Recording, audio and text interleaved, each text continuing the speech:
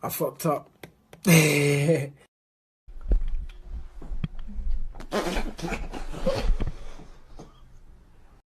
whoa, now. You got too much dip on your chip.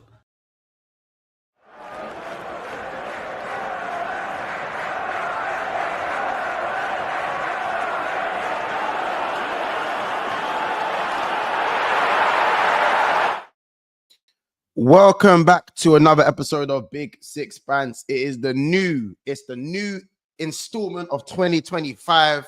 Obviously, everyone knows that we don't actually have Chelsea content, and we don't actually have a Chelsea representative on Big Six Bands. So obviously, I felt like there needed to be a separate segment outside of obviously the content that we do already.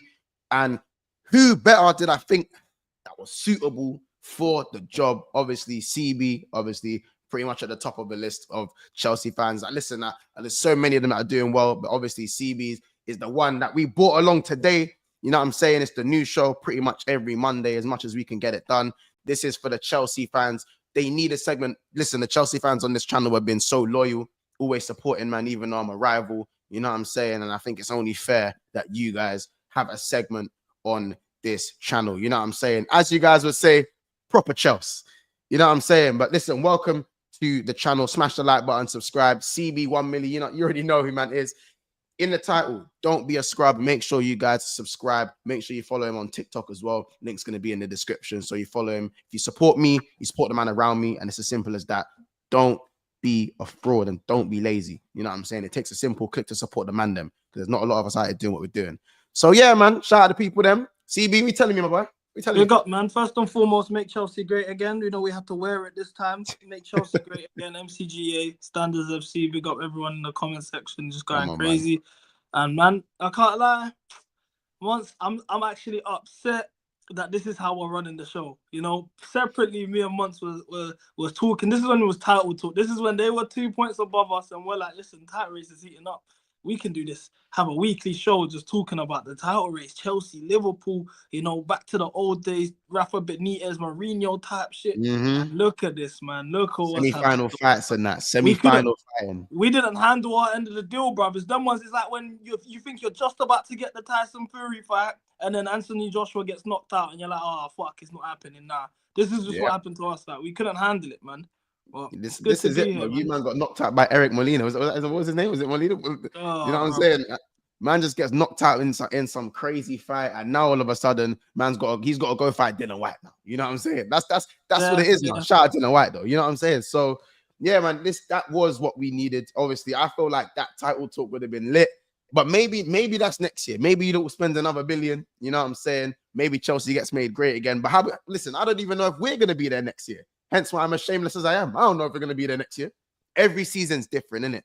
And obviously, yeah, we did have it in the works to do an absolute, just to do a madness of a show, man, some title talk. But listen, that doesn't mean that this show ain't going to be any less, objective. 100%. This isn't going to be mad shameless. For those who want the shameless talk, you don't know where to go. This is obviously more football talk, man. You know what I'm saying? It's one-to-one. It's the deep-rooted problems within the club, the deep-rooted things that are going well. You know what I'm saying? And we're going to discuss everything. You're just going to discuss everything Chelsea in it. And I feel like that's what's needed for now, because there's a lot going on. I believe it's 3 wins in 10. Maybe correct me if I'm wrong. 3 wins in 10 in it. So 2 in our last 9. Yeah, 2 in your last 9. And again, Bournemouth, Fulham, I believe, Everton, Ipswich are some of the teams you faced in there. And it's like, if you're looking at the teams you've lost and dropped points to, it is incredibly disappointing. Listen, obviously, I want to start. There's one place that we have to start in it. Yeah, there's a lot of revisionism going on with Poch. There's a lot of Poch revisionism. And I just kind of want to know where you kind of sit with that, because I still think that Enzo's probably the right guy for the job. But with these new age managers, these men think they got more space to wriggle around in. And I don't think Enzo's got that much room at a club like Chelsea to wriggle around in, because you won't be here for too long if you fuck around the way you're fucking around right now. You know what I'm saying? Yeah. As for like the Poch, just in terms of Poch, he had to go ultimately.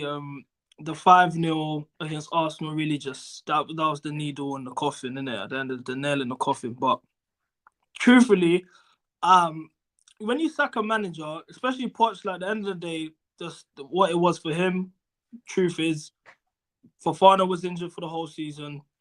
Reece James was out pretty much the whole season. Lavia played 45 minutes. Nkunku was out for most of the season. Nkunku's reputation was really high when he joined the club. Like, he was just from the Bundesliga run, everything. He had a good preseason before his injury. Carney Chukwuemeka got injured right after he scored his first Premier League goal for us. And we finished 4 points off top four. With 4 points off the top four, we finished the season well. We was third in the league in terms of 2024 form. I know that's a bit shameless what the Arsenal fans do, but that was that. We was in the Carabao Cup final, we was in the FA Cup semi-final, and all of us as Chelsea fans felt like that wasn't good enough. That was below our standards. Now, one thing about me in terms of Poch was a lot of the fan base were doing Poch out, Poch out, Poch out. The squad's good enough, but the squad is good enough, but Poch is holding them back with his dinosaur tactics and making everyone run. The squad is good enough. That was the emphasis a lot of the time. So now, when you see Maresca and all of the people that were very loud on this Poch out movement are now saying, no, the squad's not good enough. Oh, it's all on the directors. Oh, no, the players let him down, all of these things. And I'm like, where was this energy last year? Because the difference is Poch was calling out the directors. Poch was asking for experienced players. Poch was asking for the model to change. He was asking for strikers. He didn't get backed in January also. All of these things, all the problems that Maresca has today, isn't different from anything that Poch faced. I would love to know a problem that Maresca's faced now that Poch didn't have. So I don't understand why everyone is giving Maresca way too much flack. And then in the same breath as well, for me, I don't think Maresca is the man for us at the end of the day. Just off 2 wins in 9, that's unacceptable. 2 wins in 10 actually, that's unacceptable. At the end of the day, that's not Chelsea standard. I know we had a nice run of form, which had us second in the league, 2 points off the title. As Chelsea fans, we have suffered. We've been 3 years without a trophy at this point. It's nice, that feeling of, oh my gosh, it was a nice feeling. But let's actually be objective here. At the end of the day, he hasn't beaten no serious teams. He dropped points to Nottingham Forest. He lost to Liverpool. He dropped points to an Arsenal team at home, which were facing a lot of at the time they were facing adversity. A lot of people were Arteta out. They were screaming at Ligue 1. I was doing 9-hour emergency meetings over that. We couldn't beat them. We got round of 16 to Newcastle in the Carabao Cup, the competition we lost in the final, and actually beat Newcastle in the quarterfinal. Then he done 11 changes for that Newcastle game for us to now go against Man United and drop points. That was a Man United team that just sacked Ten Hag. So in terms of serious teams, apart from Spurs, who we were 2-0 down against, he hasn't actually done anything against serious competition. This was all in that. Everything I've just named now was during our purple patch, our good run of form. So now I'm looking at when you've been found out now tactically. I look at the Everton game. It was 0-0. Fair enough. Goodison Park is a bogey run. But that's our bogey team. We never get good results in Goodison Park. I'll give you the benefit of the doubt. Next game, Fulham, we were 1-0 up until the 80th minute. Instead of going defensive, we had 3 defenders on the bench. He's brought on Nkunku for Jackson. We lost 2-1. The Crystal Palace game, we're 1-0 up, 80th minute. Instead of bringing on the defender when we're under a bit of pressure, he subs off Jackson for Mark Gu. We draw 1-1. Bournemouth, goal up again. Manchester City, goal up. We didn't get it done. At a certain point, you got to hold this guy accountable. Like, do you know what I'm saying? We don't. There's no sorts of accountability. When we was second in the table, I'm sure you remember when everyone was doing, we're just chill guys. We're not in the title race. We're chill guys. That was the most annoying gimmick in the world, bro. Yeah, I hated that gimmick. That is jarring. But everyone kept saying top 4 is the target. Top 4 is the target. It was briefed. Top 4 is the target. Now that we're under some sort of pressure and he realizes, oh, okay, I got to be held accountable for this. Oh, no, we can't be top 4 for the next 2 years. No, we don't expect top 4 until next season. Or we don't expect to compete for 5 years. You have a 5-year contract. How are you telling me you can't expect to compete for 5 years? So while you're a manager, we shouldn't expect to compete. No, that's not a mentality, because you look at Thomas Tuchel when he came in, at the end of the day, he said, I'm here to win titles, I'm here to win trophies, I'm here to compete. Otherwise, why would you be here? You know what I'm saying? Exactly. That's the standard of Chelsea at the end of the day, and just because of that, I think he needs to go. And as well as that, I think once he leaves, I think that's going to be the domino effect for the directors to leave, because that's their third manager hire. If you've noticed in January, they actually haven't even brought in any new, they haven't signed the players for a reason. I don't think they've got the backing for that. There's no front of shirt sponsor because we need Champions League football. This is private equity money that we're playing with at the end of the day. Egbali has been very adamant that he won the Champions League. That's the reason why he's brought in another manager. So if we don't get Champions League football, I ultimately believe Maresca gets sacked and the directors go too. And then hopefully that's the culture change that's needed at the club to bring us back to where we belong. So yeah, I am Maresca out. No, fair enough. I understand your reasoning for that as well. I think for me, from outside looking in, I feel like it is a little bit premature to be Maresca out. I think obviously he's had one window. I always believe in giving him, well, okay, technically he's had 2 windows, but you know, I always believe in kind of giving a manager, I'd say at least 4 windows before I can, you know, really say that whether he deserves to have the job or not. However, there's also a standard that needs to be maintained for me to protect you, and you also have to earn the right for me to look at you as a coach and go, you deserve the money that the owner should be giving you, regardless of however much that is, whether it's millions, billions, or do you get it? You need to, like, again, for example, Amorim, for me as a rival fan looking in, has not proved to Ineos why they should be giving him money to buy players, because he's not even improving the ones that are there. He's not improved anyone. He's not giving them any reason to say, you know what, here's the money. I know you're going to spend the money. You've come into my business and you're losing me money. You see what I'm saying? But you see what you just said there, Monts, though, yeah? Sorry to cut you off. You said Amorim isn't improving any of the players. No, now ask the question, who has Maresca improved? If anything, I've seen more players regress under Maresca than improve.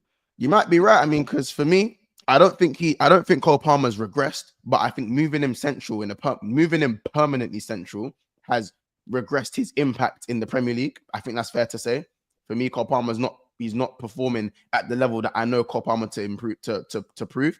I mean, João Felix, he's been worse because of his game time than he was in his first stint. I think João Felix's first stint was not as bad as what everyone said it was. I think he's an absolute superstar, but he needs to be in the right environment. And I actually believe Chelsea was the right environment for him, and the decision to send him on loan was absolutely asinine. I mean, that decision is sackable alone. For whoever made that decision is sackable alone for that. Because that's ultimately Maresca as well, not using his squad.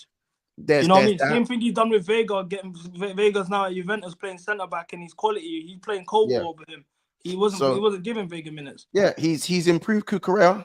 I think he's improved Cucurella. Not to say that the talent wasn't there to begin with, but he's improved Cucurella. I think Jackson, up until a certain point, he had improved Jackson for me. I think Jackson, I know he went 10 games without scoring, but there's a player there. You can see there's a player there with Jackson, but you can still improve on him though. He can't be the guy to lead you to a title if that's the aim that you're going for. And in terms of Enzo Fernandez, he's improved Enzo Fernandez. Caicedo was already wicked anyway. But Caicedo has elevated this year as well. I don't know if you agree with me on that one. I think Sancho's obviously come in. I think he's improved Sancho slightly, but Sancho was already good at certain things. I think he's improved Sancho, but Sancho, again, these last 4 games hasn't been good enough. And then Neto, I think Neto and Noni as well, for me, not, you know what I'm saying? In terms of wingers, yeah, because let's actually see that this is why you're getting a different version of me now, just to big up to the chat, because I would have just slandered Sancho, but I'm going to give him the benefit of the doubt, because under Maresca's system, he doesn't do overlapping fullbacks. Ultimately, you can't really judge the wingers like that. Look at Neto, how much he's regressed. I'm looking at him and he looks worse than Timo Werner, and that's saying something. You know, Noni's had his sparks, but ultimately, all of these wingers, every time they're near the edge of the box, it's 3 versus 1. There's no one overlapping. The system is so flawed. You said Jackson. Fair enough, Jackson started the season very well. I agree. I thought, okay, Jackson at a certain point was getting Isak comparisons. He was the most informed striker in the league from the end of November, early December. And then now he looks like the worst version he's ever been since he's been at the club, even worse than last season. Enzo Fernandez had a decent run of games. You need to remember, Enzo Fernandez almost got kicked out of the team. He was doing B team shifts because he was on bad form. He had a couple good games. After that, when Lavia got injured, because what we realized was, like I've been saying for the last 2 years, Enzo isn't, as a midfielder, He doesn't have the engine. He's not a ball winner. He doesn't really track back. He don't have the effort levels. His weight of pass is a bit shaky in terms of the final ball. Really, as an 8, he isn't really an 8. He's more of a luxury player that can just float around. So when Lavia was in the 6 and Caicedo is in the pivot with him, and we allowed Enzo to just roam, that's when you saw Enzo at his best. Since Lavia's been injured, we're going back to this Enzo Caicedo double pivot that we've been seeing for the last season, which kept getting dog walked. And you can see all these issues that we have now in terms of Enzo Fernandez. I mean, within the team now, it's all the same problems that we had with last season with Enzo, but because he had that purple patch, no one's talking about it. Oh, he's improved. If you actually analyze him, it's the same things. Struggling to track back, losing the ball, not doing nothing. Watching players can just breeze by him. He's not even trying to put in a duel or nothing. So in terms of Enzo improving, I don't really see. I saw spells, like we've seen spells where we can say, okay, this is the type of player you could be, but ultimately, I don't think anyone's improved. Now, if it was on the topic of regression, Levi Colwill, for example, is one of the highest regarded young centre-backs in European football, at least in the league. I remember Liverpool fans at a certain point was on their knees for Colwill. Look his reputation so now. was I. I was one of them, bro. I was one of them. I ain't gonna lie. Exactly. Look his reputation now in the sewers. Jean-Paul Gusto. And but with these reputations, are you putting this down more to the manager or to the player talent? Okay, it's a bit of both. Obviously, I think Colwill did get overhyped, but this system is mental. For the Manchester City game, I saw us literally 2 centre-backs were just alone. Our back line was 2 centre-backs alone, high line as well. And I'm thinking, Colwill, he's not fast. You're not a high line type of player. If Wesley Fofana's is not playing, why are we doing a Chalobah Colwill high line? Stuff like that. They're going to be punished for it. In terms of Gusto, for example, Gusto was one of at a certain point we were saying we don't really care if Reece James is injured. We got Gusto. Gusto's doing his bit. That right hand side was Palmer and Gusto, and they went hand in hand. It was a perfect combination. Now Gusto has to invert and play in the 10 because of the system. He's not allowed to overlap, and you can see he's regressed massively. He's a shell of himself. You said Palmer. I think Palmer he's gone centrally. I think he's best on the right with someone overlapping with him. Because of the system, you can't do that. Him centrally, it doesn't really work. Yeah. And on top of that, the manager's making him go basically on the left-hand side. And he puts Enzo on the right. And he's like, okay, now he's basically playing on the left. So it nerves him. So from a tactical point of view, yeah, because Maresca seemed to have got it right, yeah, and he had it clicking, yeah.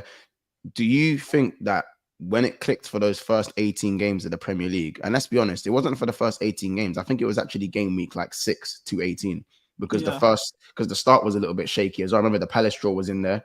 The loss to City opening day. You know, obviously he just stepped into the job, so we weren't going to judge him too much on that. But it was from that match day 6 kind of thing. Your game from Brighton pretty much all the way till game week 18 when you were 2 points off of Liverpool, and having to beat Everton at home, I believe.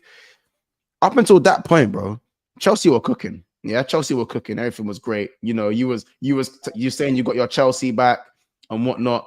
Mm-hmm. It's very interesting to see where things kind of went wrong, because the way I see it is that I don't feel like it was just a complete, no one really saw this drop off being this catastrophic. I thought the worst you man were going to drop to was 4th.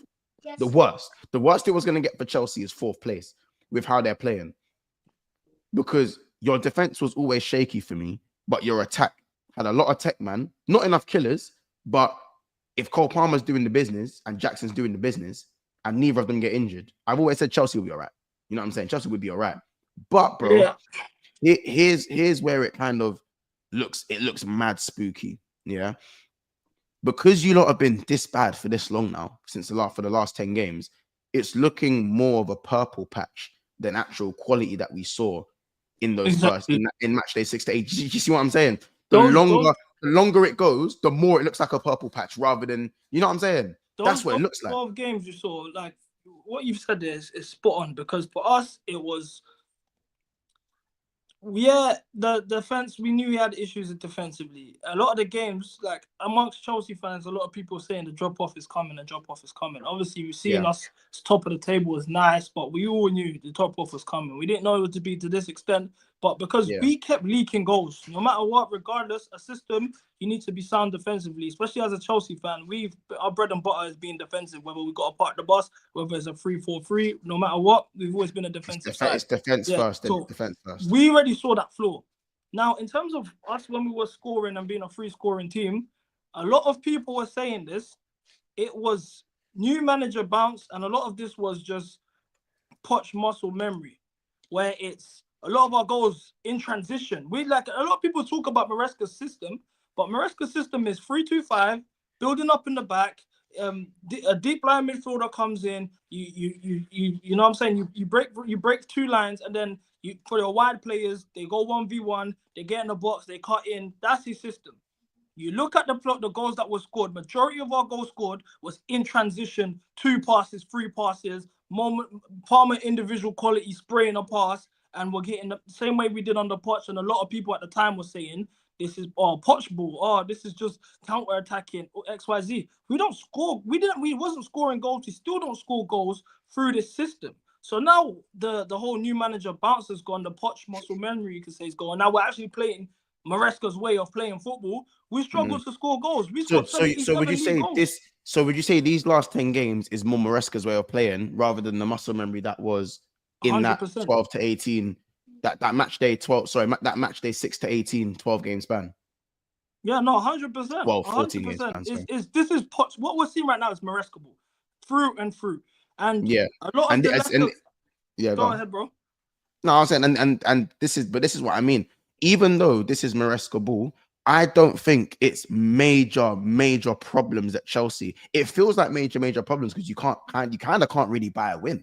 But bro, I just think little tweaks would have been the difference between you being on what? How many points are you on right now? How many points Chelsea on right now? You're on 43 points now. Am I bugging?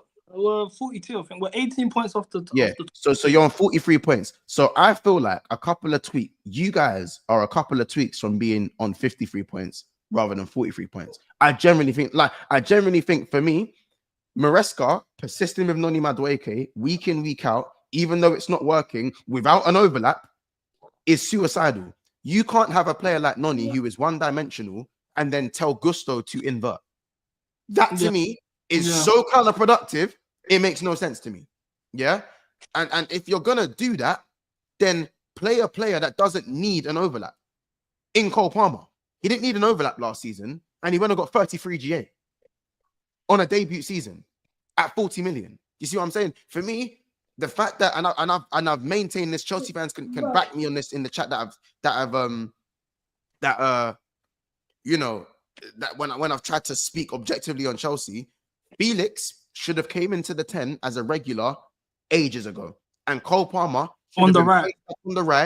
Exactly. The second I don't even want to say his performance is dropped. The 10 position in the Premier League gets marked out the game very easily. There are a lot of players that started off as 10s and have veered off to either wingers, midfielders, or 8s. Odegaard is now in the 8 position. Coutinho went into the left wing position. Kevin De Bruyne went out to the right midfield position, similar to the Gerrard, the Trent kind of role, to kind of utilize his deliveries. A lot of players in the 10, the 10 position, the Premier League is so P&P right now that 10 position, unless it's your debut season and people aren't going to pick you up as much, it's very difficult to consistently ball out in that position, because if you stop the 10, ultimately you stop the team. So managers can just kind of set up their lineup to stop Cole Palmer. You see what I'm saying? But if Palmer is now on the right, it's evident in these big games. Yeah, it's evident. That's why Palmer doesn't shine in big games, because teams are setting up to stop Cole Palmer. But if you have João Felix in the 10, who for me is actually more of a natural 10 than Cole Palmer for me, simply because Palmer has that jink he's got that jink from the outside, from inside. He can go from outside to in. He can jink both ways. You know what I'm saying? And even like Maresca's now got Cole Palmer facilitating the wingers bare. That's why I wouldn't say Cole Palmer's been shit. I just said he's been ineffective, because he's facilitating wingers. Cole Palmer facilitates the wingers very well. Even now, even when he gets marked out of games, he still facilitates the wingers. But your wingers don't do anything. Neto doesn't have an overlap. Madueke doesn't have an overlap. And Sancho doesn't have an overlap either. But none of those three guys have ever been goal scorers in their careers. Ever. They've never been goal scorers. Never. And that's when you go down to the squad building, though. Go on. It's a double-edged sword, because what you're saying is spot on. But like you said, in terms of the PMP issue, firstly, in terms of Premier League, it's PMP. We have probably one of the softest teams. Like every Big Six team, we have the softest team. Maybe Spurs are there, but we have a team full of twinks. Enzo Fernandez, in terms of PMP, isn't that. You look at Levi Colwill, Fofana, who you can get a bit rough. Pause. He's not available. Reece James can get a bit rough, physical. He's not available. Gusto's soft. Kukurea he's a bit scrappy. He's annoying. He's a pest, but he's not physical. There's no physicality in the team whatsoever, barring maybe Jackson and Fofana. That's pretty much it. And both of them are even injured. So Caicedo too. Sorry, but the rest of the whole team in general, in terms of PMP, they're soft. Now, in terms of what you said about, yes, I've been saying this from the start of the season. Either put in Kunku or Felix in the 10, Palmer on the right, Sancho or Neto, whoever you want to play on the left, and Jackson up top. Try something new. He didn't do that. He was persistent with the Palmer on the 10, Noni on the right. He's dying on the sword. Exactly. And like you said, we have wingers. Well, his system is reliant on goal-scoring wingers. But Mavrididi and them and Leicester were getting good numbers last year. Yeah, exactly. But he's persistent on wingers who don't score. The one person who can play on the wing and score goals is Palmer, and you've got you've got two other players who can fill in that 10 role. Why haven't you done that? That's the issue, and that's the issue. I think obviously you have a similar thing with us where your best goal scorer is your best creator. That's the same thing with Salah. For us, our best goal scorer is our best creator. So ultimately, but the difference is that like Reece James is never fit. We at least have Trent to fall back on to create as well. And I'm not saying none of your players can create, because I think Felix can create. You know what I'm saying? I think Sancho can create. I think in certain moments players can create, but they need facilitators to create. So as you said, these wingers need overlaps. They can't be if you rely on goal scoring wingers and you take away their overlap, you're almost taking away what they already don't even have anyway. The job becomes even harder. And Jackson already needs X amount of chances to put the ball in there anyway. And if you combine that with Palmer being marked out the game and turned into a facilitator rather than a goal scorer, you are nullifying 85% of Chelsea's goals. Just like that. Yeah, straight away. Because you don't have goal scoring midfielders. So just like that, you've nullified 85% of Chelsea's attack. And Nkunku, who on paper should have been a goal scoring threat for Chelsea and contributing to the goals, he's not really doing much either. So the bottom line is, I feel like for me, I really wanted to see Felix in the 10, Palmer on the right, Sancho on the left, or maybe even Neto on the left. I wanted to see that as a 3, because I feel like what that would have done is, if I'm defending that, if I'm looking at who do I need to stop, I go, cool, I can double up on Cole Palmer, but now Felix is going to have the freedom. He's going to have freedom in that 10. And if you want to double up in the middle, well, now you're just leaving the player who's got 33 GNA. He's got the world as his oyster. Yeah. Now the threats are becoming threats again.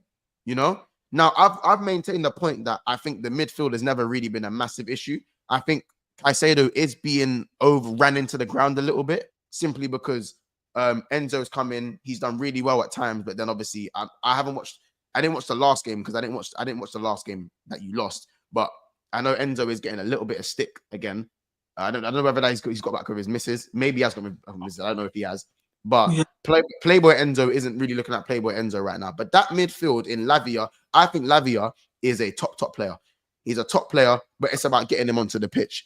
And right now, it doesn't really matter how good your midfield pivot is. If your defense was already stinky as a unit, even though you got you got a few individuals. I've never rated your defense in it. I've never rated your defense.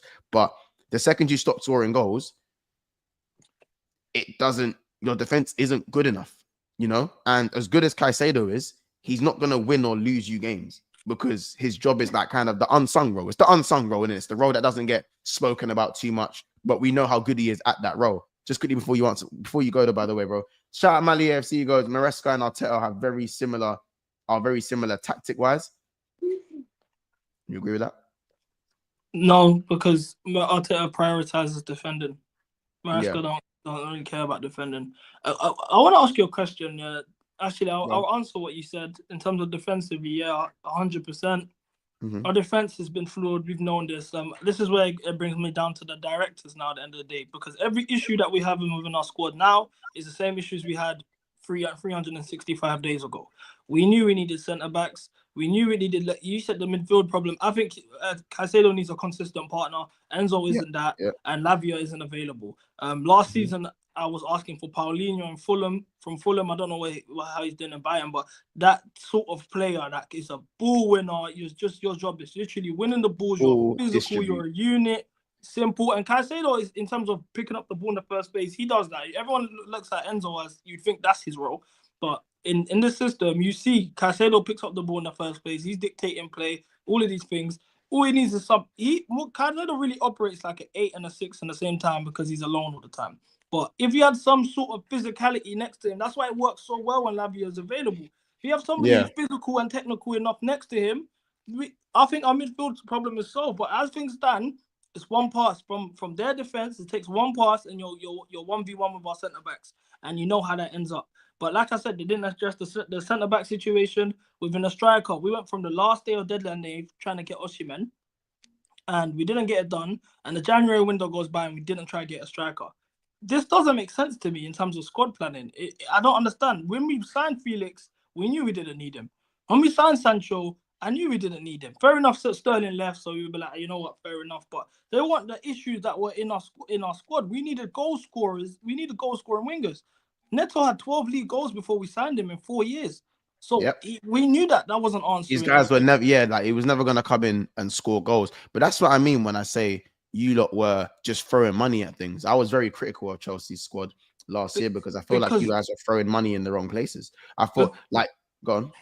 The thing is, they go off market opportunities. There's no planning. It's opportunities. Felix was an opportunity. Tosin was on a free opportunity. Sancho opportunity. That's how these lot behave. They don't have plans and say, okay, we want X amount, this X player, Y player, and then we're gonna go and get them. It's no, who's falling out with their manager today? I don't get it. Who's falling out of the squad? Oh, who's unsettled? Oh, who wants to do a swap deal? Okay, let's do. That's how they operate. It's weird. It's not good business. I wanted to ask you a question once, yeah. Go on, bro.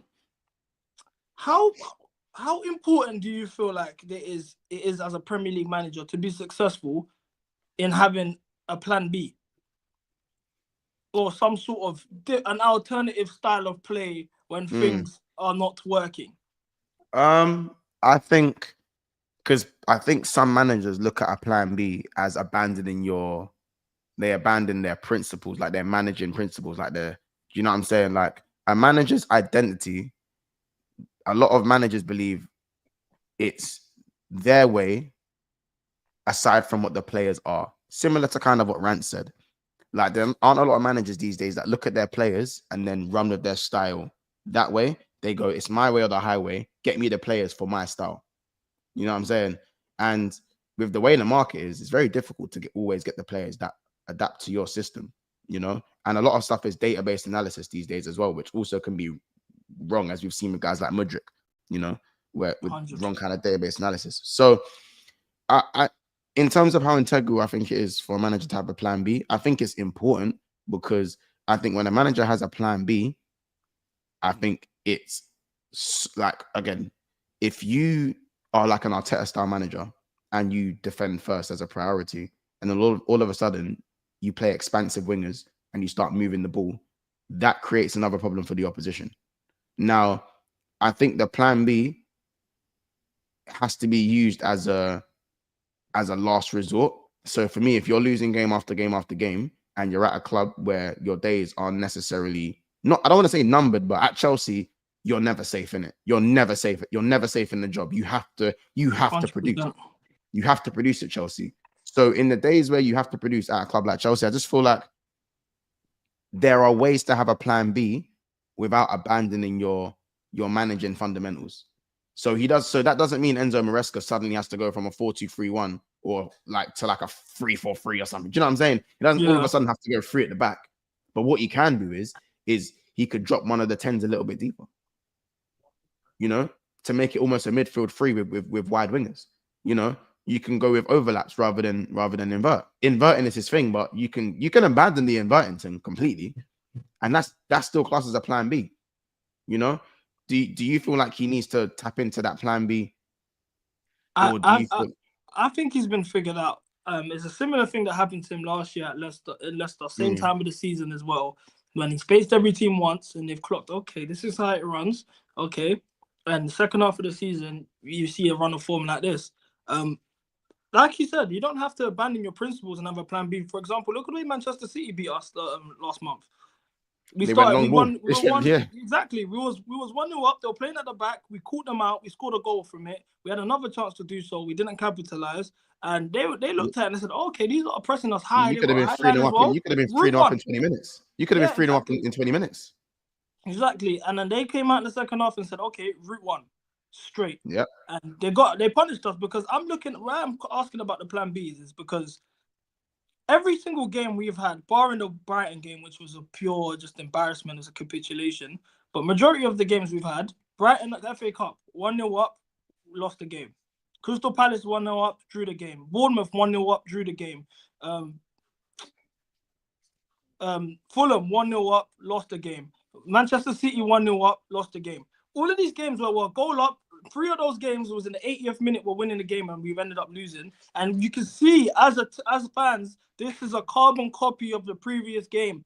Do something different, and it's the same thing again and again. So I don't understand. Is it a thing where in the second half the managers are now active? The managers are facing are like, okay, we can see what they're doing. It's the same thing they usually do. Okay, let's do this tweak, and he has no way of countering the tweaks against him. Or he simply just has no plan B. And when he sees things going a similar way, he doesn't know what to do next. I don't know what it is. No, I hear it. By the way, Mali, shout out Mali for the super chat. He goes, I mean, possession shape wise, when he said Arteta and Maresca in terms of their tactics. Yeah, no, I see what you mean. He doesn't have to abandon things, but do you think that plan B is in game, or do you mean from the start of the game? I just want a bit more specifics. In game. I think we start. So you don't think he has enough variation? Yeah. I don't know. He doesn't know how to adapt to a game. His in-game management I think is terrible. He started it very well though. This is why it's a bit irritating. Because when in the start of the season, he'd do early stops. He would do early subs. 55th minute. Okay, this isn't going right. I'm changing this. I'm tweaking this. Lavia, you come off. Okay, you come on. Stuff like that. And nowadays, he's not doing his first sub of the game until the 80th minute. Like the opposing managers are doing 3 or 4 subs. We've lost possession, which is our bread and butter, and he hasn't countered that. I don't get it. I hear it. No, I hear it. I think, I agree. He was making change at the start of the season that were very good, very, very good. I think there was a change he made in the Wolves game, and you man went on to win what 4-2, 6-3. Yeah, was it what 6-2? Was it 6-2 in the end? 6-3. 6-3. You know what I'm saying? And it was working. I don't want to say he's been figured out. I just think that he's contradicting himself. And I feel like the reason Chelsea fans such as yourself are so frustrated is because with the way Arsenal have been, with the way Forest have been, with the way City have been, this was a free run at top 4, in my opinion. This is a free run at Champions League football. Not to say that you won't get Champions League football. You can still get Champions League football. But this was a free run, even at a title race, in my opinion. Even at a title race. Games like Everton, games like Fulham, games like Bournemouth. You know what I'm saying? And that's why I was games like Ipswich. As a fan base. Add those points onto your CV. Add those points onto your tally, bro. Even add 3 wins onto your tally, bro, and you are right there behind Arsenal on 52 points. You man, like, do you see what I'm saying? Slight tactical tweaks. You are not getting battered in games. The Chelsea game was a battering, but that's been the first real battering. You're not getting battered in games, bro. There's tactical tweaks that are losing you games in key moments because the margins are fine. And that, I feel like, could have been fixed with Cole Palmer being on the right, Gusto not inverting instead. You know, Disasi playing right back at times this season was a howler. You see what I'm saying? Like these, you know, the fact that it's one day it's Sancho, one day it's Neto, one day it's Noni. There's no real These are my set players. Yeah, I agree. But at what point as well would you put this down to him publicly saying these players aren't ready to compete? These players aren't ready for top 4. I was on him for that. What precedent does that set as well? For me, I was so on him. I said it on Back Again when those quotes come out and you lot were doing the chill guy gimmick. I said that is catastrophic. I'm telling you right now, if you're a father and your kid is not good at maths, yeah, you know he's not good at maths, yeah, but right now he's running B's, bro. He's getting B grades. As a parent, you know, he's overperforming. Are you gonna go and tell his teacher at parents' evening that he's not going to get a B come the final exam at the end of the year? Are you gonna go and tell his teacher that in front of him? That is perfectly put. You put that perfectly, man. I ain't gonna lie. You're not gonna. Do you see what I'm saying? So before people say, "Oh, he was just telling the truth," yeah. If your son's shit at maths, but he's doing well, and it might be a purple patch, you're not gonna tell him the ugly truth. You're gonna ride that wave. Momentum is a real thing. That is why Nottingham Forest are still where they are. That's why Bournemouth are still where they are. That's why Fulham are where they are, because momentum is a thing. And Chelsea have never been a team that you sit there and say they're not there to win the league. Even if they're not good enough to win the league, you never ever say that, because there's certain men in that team that are not and I don't care who agrees with me. There are certain Chelsea players that do not know the meaning of the badge. They don't know the meaning of what it's like to play for Chelsea. They are on long contracts and they think their life is secure, bro. They don't know the meaning. They don't know the meaning of the Chelsea badge, bro. So if your manager's coming out and saying these men aren't good enough to do this, then it's almost like, well, cool, we'll still try, but if we don't do it, it's not that deep. I ain't breaking my legs over this shit. I'm not putting my head in front of a football because I know at the end of the day, I'm not going to get scrutinized. You know what I'm saying? Because at the end of the day, it's been publicly said by my manager that it's not, you know, winning the league. These players aren't capable of that. All you needed to sit there and go, all he had to say was, we take it one game at a time. Facts. We win the league, it's a bonus. You know what I'm saying? Win the league, it's a bonus. We're here now. Expectations change, but at the end of the day, all we need to do is not go and tell the players, oh, listen, if anyone answers you, what's a title race? Nolly, title race. Shout out Nolly, because that's man number. Title race. What's that, man? Man don't know. What do you mean, bro? You know what I'm saying? Like, I know it's easy to say Standards FC, but as I said, you wouldn't sit there and tell your child, tell your teacher in front of your child that they can't achieve a B grade, but just because they're not good at that subject. You're going to keep them at, you're going to try and keep them at that level as long as possible and try and normalize it. But what I've realized is he doesn't like expectance. He doesn't like to be held to a standards or, okay, we expect some sort of, you don't want to be held accountable because it's a championship thing, isn't it? That's a championship. When it was the title talk, fair enough. You know what? Fair enough, because none of us saw us being there. And at the time when we was doing the title, oh, we're not ready for the title race, the oldest fan base were doing the same things.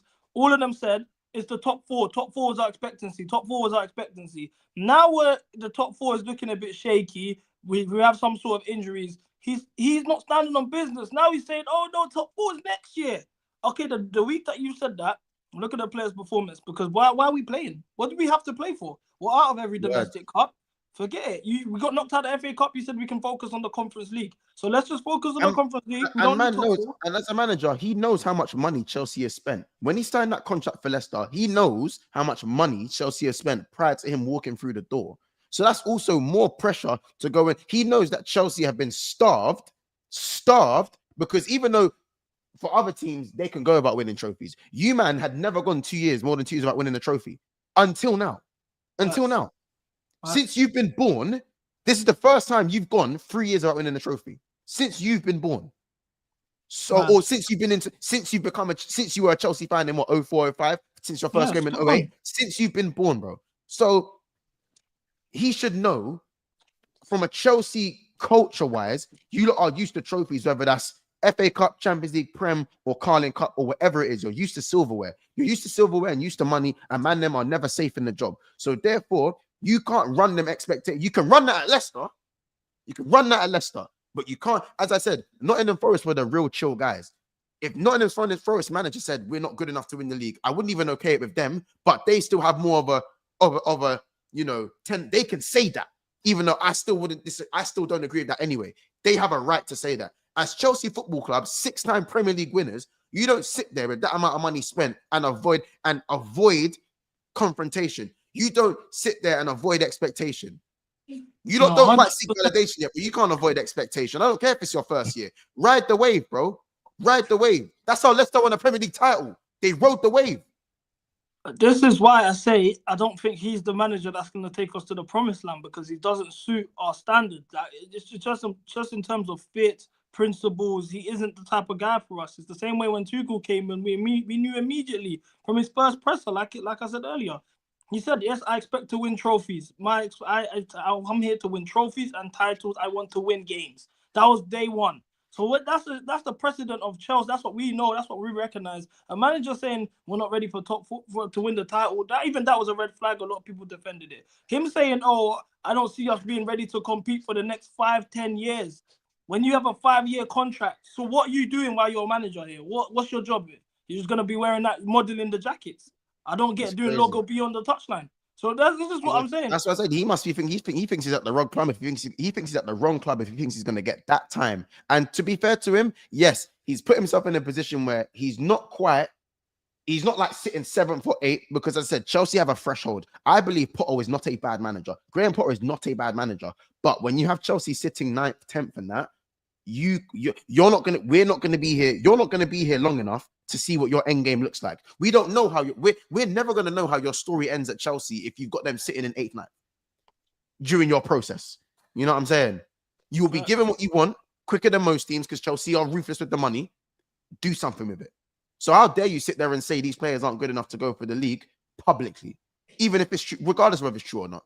I think that's one of the worst things he could have said. One of the worst things he could have said. And I'm a Liverpool fan. My owners have no ambition. I'm a Liverpool fan. You know what I'm saying? There's no way you can sit there and say that. I don't care if your team comes 6th, yeah, cool.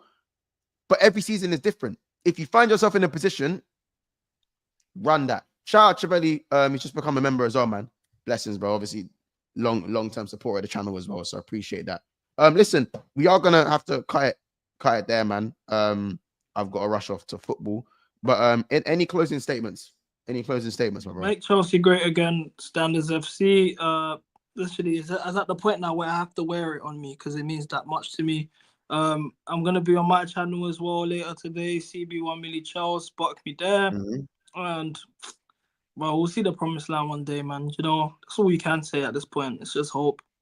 No, of course. Listen, what I'll say is that, guys, W's in the chat if you want to see this on a weekly basis. Do you know what I'm saying? This is the new Big Six Bands Chelsea content that I hope you lot enjoy. It's the first time, so obviously I'll review the numbers, see how it does as whatnot. But this is a show that, man, you get. I like this type of football chat. I'm not always roting every time. Everyone knows me as Mr. You know what I'm saying? And that, like, I'm not always barking. Sometimes I sit down and talk football. And obviously, CB, as I said, perfect one to go and do that with from a Chelsea point of view. So W's in the chat. Drop some comments from a Chelsea point of view. Rivals, drop your comments.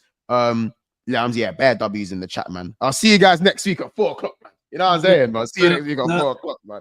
You know what I'm saying? You lot, it's been another episode of Big Six Bands. Smash the like button, subscribe to the channel, subscribe to CB. It's in the title. Don't be a fraud. Obviously, make sure you go follow him on TikTok as well. Get him to 10,000 followers on TikTok. He's going to be doing a lot more content going forward where he can. So watch out, man. Watch out, man. Take care, people. Love. And we'll see you lot in the next one, man. Bless up, people, and we'll see you soon.